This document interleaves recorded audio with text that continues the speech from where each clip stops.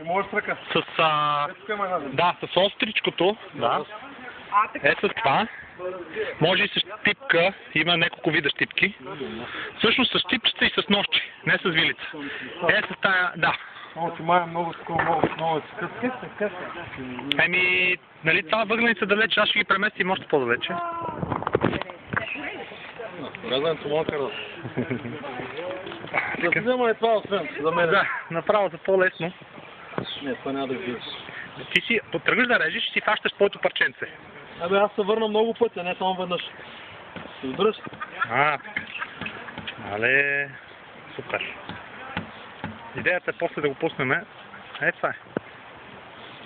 Идеята е да стане като в това. Да, като това, как се казваш тия? Фогодечало, да. Резгаш и връщаш обратно. Точно така. Айде, следващото.